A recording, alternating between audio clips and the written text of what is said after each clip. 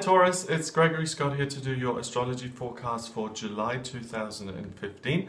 I'm going to give you a really in-depth view of what the planets are doing, what the aspects are, what relationships they form, and how that's going to impact you in July. I'm not going to use the tarot, I'm just going to do a really in-depth, really clear analysis of your astrology.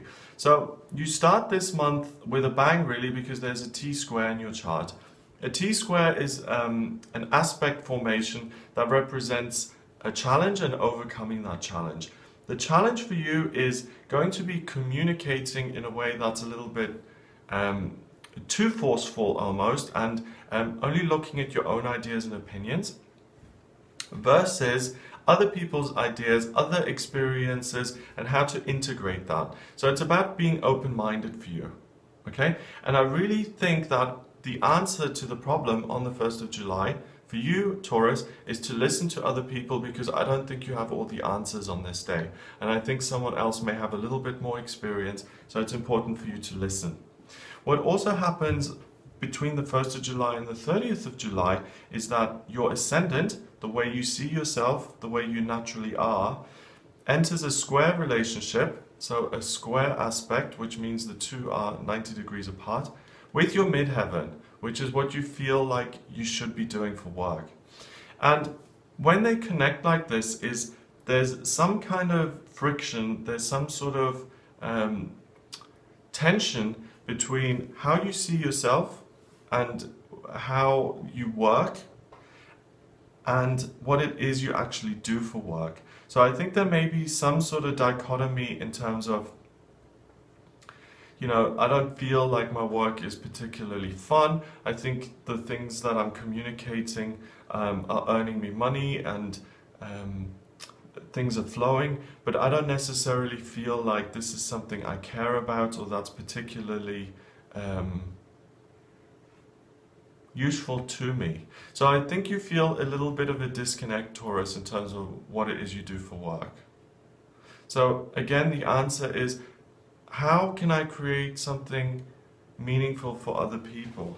That's what's going to make you feel more purposeful in terms of your working life, and that's going to make you feel like you're doing something that's actually worthwhile. Because I think you genuinely think about that. You're a sign that's very practical and that likes to accumulate wealth, but you're also very sensual and you have a great sense of humor. So I think that's lacking in your working life at the moment, and I think around the 1st of the month you can get some ideas that really bring more fun and joy and meaning to your working life. Mercury has been in a sextile relationship, so 60 degrees apart, with Uranus from the 13th of June until the 4th of July. Let me find these two. So we've got Uranus and Mercury. There we go. And Mercury is in your second house of finances and belongings. So you've been working really hard and you will continue to work hard. But with Uranus sextiling that, it means that some of these inspirations and some of these more meaningful ideas that you're looking for will come through your spiritual practice. Sit down and meditate, do some yoga, go belly dancing, go walk in nature, because that's where you're going to get the ideas that will make you feel better about your work. The full moon occurs on the 2nd of July, and that full moon occurs in Capricorn in your 9th house. This is about working at seeing other ways of living. It's about understanding that your horizon is the way it is because of what your experiences have been. And I think you have a real breakthrough in terms of understanding something differently, becoming less blinkered and opening up your worldview, becoming more open-minded, having a fresh new perspective on things. There's a real blossoming in terms of you becoming more tolerant, more understanding of other people, and understanding the world that you occupy. Saturn starts to square, so again that 90-degree relationship, Venus from the 3rd of July onwards through until the 15th of August, so it's a long time, it's a month and a half, okay? And Saturn is the planet of restriction and real structure. Venus is the goddess of love. Goddess of love is a little bit flighty. If you think about Aphrodite, she traipsed around in flowing white dresses, and she had different lovers, and she had fun, and she didn't like to concentrate very much. So there's obviously a little bit of friction going on there already, okay? The fact that you know, this is becoming much more stable, much more structured. And what that means is that you're looking to get an insight into your long-term family relationships, and you're really trying to get people to take you more seriously. You're trying to assert yourself. You're trying to get people in your family to see you a little bit differently, and you're trying to change your image. So, you know, this is kind of difficult because if you're an adult child, a grown child, and your parents have always had a view of yourself, of you. So for instance, you dropped out of university and your parents are really into academia. They could have said, oh, well, there's our daughter who didn't graduate. And that kind of becomes your identity. We all take on these identities that are placed on us in families and that don't necessarily have anything to do with us. But narratives have a life of their own, and they sometimes they take on a life of their own in families. And I get the feeling that you become uncomfortable with your own identity that's been prescribed to you, and you try and change that. Now, the guidance is the more you embrace that, the more change you can actually make. These kind of patterns are hard to break, but I think with this Saturn, Venus, Jupiter conjunction and square, you can actually make that happen. So if you've always been the dropout, you can rebrand yourself in terms of your family and really get people to see a real version of you that you're happy with. That's interesting. Okay. The Sun trines Neptune from the 24th of June through until the 9th of July. And the Sun and Neptune are really wonderful when they connect because it increases your intuitive abilities, it makes you more receptive to ideas coming through, and it also makes you more considerate of other people. So between this time until the 9th of July, you are really communicating in a harmonious way. You're also communicating your hopes and dreams, and you're wearing your heart on your sleeve a little bit. And I think it really brings people to you because you're making yourself vulnerable, and people understand that, and people respond very well to it. So I would urge you to be vulnerable in July. People will appreciate your own honesty, your openness, and will come closer to you. And that's really, I think, partly how you adapt and alter people's perception of you, by letting them see the real you and bringing the walls down and getting really honest and open with people. Mercury moves into Cancer on the 9th, and that enters your 3rd house of communication.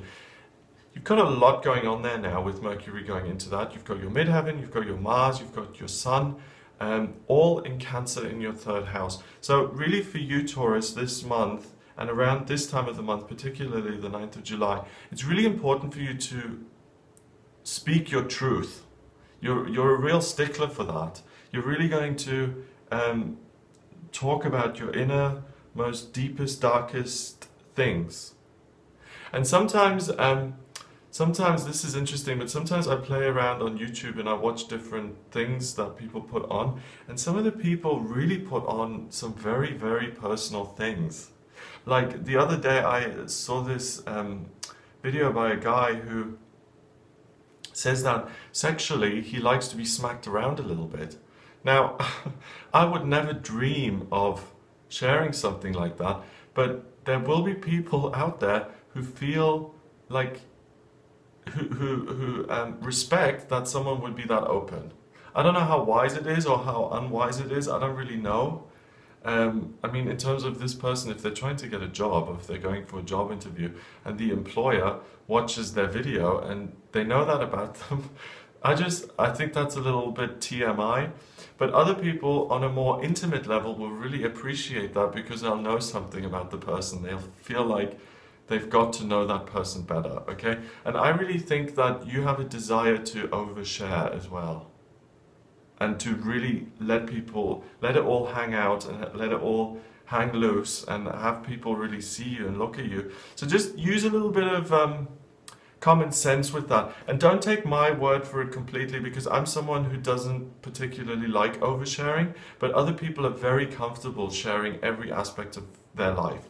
And what I've seen happen, regardless of my opinion, is that the more you share, the more people are drawn to you because they appreciate openness, often regardless of what it is. So just see what you're comfortable in, play that by ear, and use it to your advantage, okay? There's another T-square that occurs on the 11th of July, and that is between Saturn and the Moon. Saturn and the Moon, and then it culminates, the solution point is in your 4th house.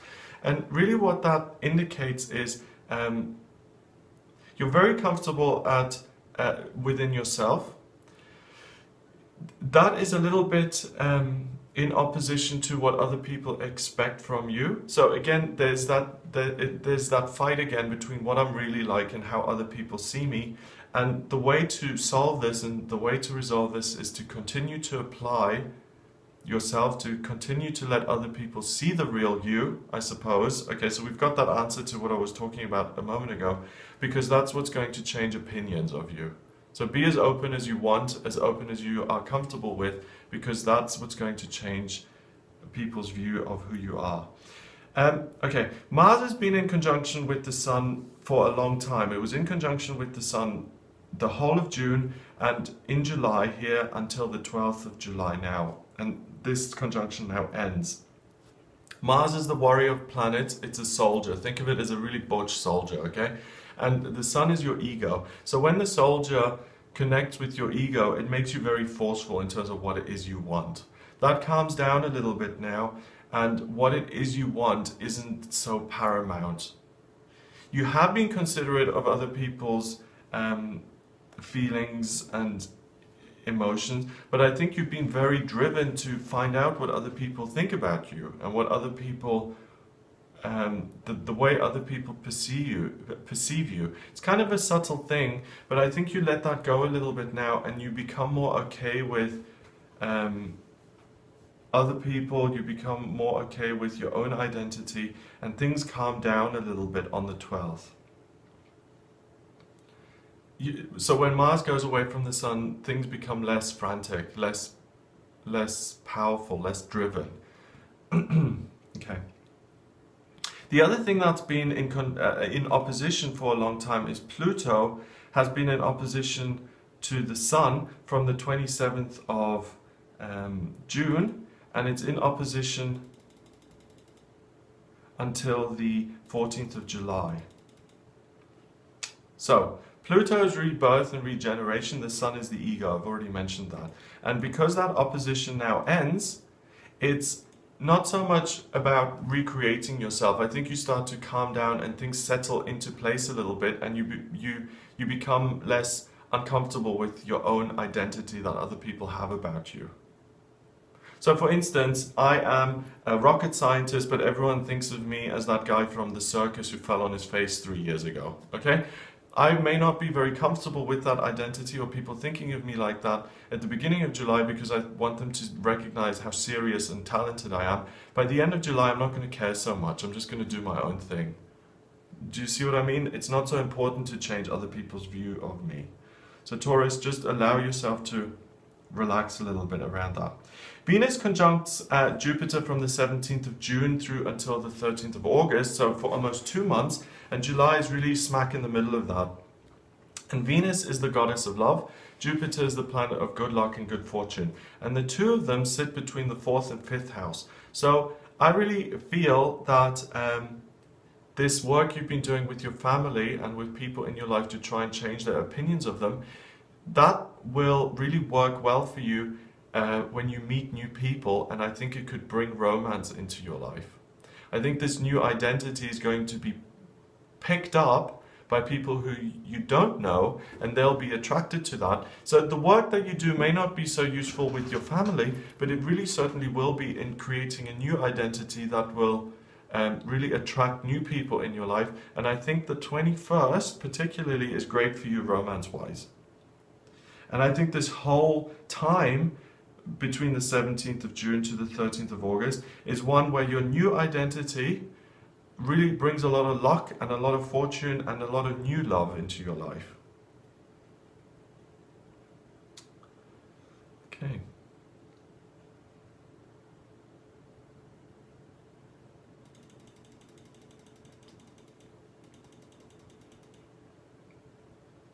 The new moon occurs on the 16th of July. And a new moon is a period of planting new seeds, setting new intentions. And this new moon is in, let me just go to the 16th, it's in Cancer in the 3rd, okay? And again, that's really about your truth. Who are you in truth? And you don't approach that now from, I'm going to change other people's opinions. You really get real with yourself. It's like, who am I? You know, that it's a form of meditation. Ramana Maharshi, he developed a meditation technique called Who Am I? And you ask yourself that question. And it's very interesting in what you find out. So maybe look into that meditation around this new moon, but you really get to the core of who you are, Taurus, to the core of your inner self, what you're like as a human being and how you want other people to see you. It's a really kind of a beautiful month for you because it's all about getting real with yourself. Uranus is in a square relationship with Mars from the 16th of July until the 2nd of August, and squares create tension. They're 90 degrees apart. And Uranus is the rebel. And I've already mentioned that Mars is the soldier. The questioning you do around yourself now opens you up to really take ownership of some of your unusual ideas that may not be so conventional or have conformed to other ways of being, but are true to yourself. They come through your emotions, they come through asking those questions, who am I? You take ownership of the things that really are unique to you. So, if you're really passionate about, I don't know, hot air balloons, and that's just, I mean, that's unusual. It's something that's really unique to you. You discover that, and that becomes part of your new identity that you've developed over this month. So it's not just that asking the questions and seeing yourself for who you really are is this beautiful thing, but it really has a positive outcome because it offers new interests, new talents, new ways of enjoying the process of life. Venus goes into Virgo on the 19th of July. And Venus isn't particularly happy in Virgo because Venus is about love and not looking at the details, and Virgo is about discernment and really looking at the details. That's in your 5th house, and really what that actually means to me is that you've been able to let go of some of the things that you're not so happy with, and you're able to let go of self-criticism and things that make you feel unlovable. So again, all of this work that you've done is really good because your detail-oriented focus now says, hey, it's okay, I didn't like that about you, I've sorted it out, and now I'm free to have romance in my life. So you feel a real lift there. Mercury goes into Leo on the 24th of July. And this is when your communication again goes to the next level in terms of, I have something to say and I'm not apologizing for it. Put me in the spotlight, let other people look at me, let them listen to me. This is my message, and like it or hate it, I'm going to speak my truth. That is especially strong for you, Taurus, around the 24th of July. So go speak somewhere, announce something. It's important. If you're gay and you've been wanting to come out, 24th of July is a great time to come out because you could care. You do care about what other people think, but you're taking ownership of what's true. And even if people reject you or they don't like you or they love you, it doesn't really matter because it's your truth. And on this day, you will speak your truth and you'll let the chips fall where they may. It's not your business what other people think of you, and you really embody that energy. There's a grand trine in water on the 25th of July in your chart, and a grand trine is a big blue triangle that indicates a real area of talent. It's between your Chiron in your 11th, your moon in your 7th, and your midheaven and Mars in your 3rd house. All of this truth that you've been speaking, all of this self-analysis, all of this understanding of who you are is going to make your dreams come true in terms of your relationships with other people, and it's also going to give you a new direction to go in work-wise. What you discover before the 25th of July is going to give you a new idea of what you can do for work in a really meaningful way. So if the gay thing again, if that has been an issue for you and you discover something now, when you speak your mind, the way people react to something, it may give you an insight into what you could do for work. It could be that you say, hey, that was really hard for me. Maybe I can help other people heal. Maybe I can help other people deal with this kind of process. Or maybe I've realized that during that whole thing, I realized what people were going to say before they actually said it, and I'm rather intuitive, and I'm going to work with my intuition. It's that kind of thing. You get an understanding of what you can do by taking action. Virgo goes into retrograde on this day as well, on the 25th of July, and it stays in retrograde until the 8th of September. Venus is the planet of love, and she does go into retrograde, and it's a time to reassess what it is you love. You've reassessed yourself. Now, on the 25th, when Virgo goes into... Why do I keep saying Virgo? Because Venus is in Virgo. Virgo doesn't go into retrograde, Venus goes into retrograde. And when she does that, you reassess what it is you love. So if you've been with guys who always cheat on you, and that's been a pattern, you've really understood a lot about yourself this month. You've changed as a human being. Therefore, the kind of people you're going to be with are going to change too. Like attracts like. So that vibration is going to change, and I think you're going to alter what you're looking for in terms of your romantic life. So that's a 25th of July through till the 8th of September is a wonderful time to evaluate that, what it is you're attracted to and why. And then finally we end the month with a full moon in Aquarius. This is the second full moon of the month, and that happens very rarely, and that's why it's known as a blue moon, as in once in a blue moon. The next blue moon is going to be on the 31st of January 2018. And so it's 3 years away, but when you have two full moons in a month, it means that that month is heightened because a full moon is like a flower opening up, and it's like a culmination. You culminate twice this month, okay? You become more yourself. And this second full moon is in Aquarius in your 10th house. The understanding and insights that you've got about yourself this month now give you understanding and insight into what it is you're supposed to be doing work-wise. It just comes up out of you. Like Venus coming out of the water, it just emerges from this soul-seeking that you've been doing. So congratulations, that's great. If you would like to find out, if you want to have some more guidance on the way to getting there, then please get in touch with me for a private reading. You can do that via my website, gregoryscott.com. Email me, the address is readings@gregoryscott.co.uk, and remember to subscribe to the channel. Have a fabulous July, and I'll speak to you soon.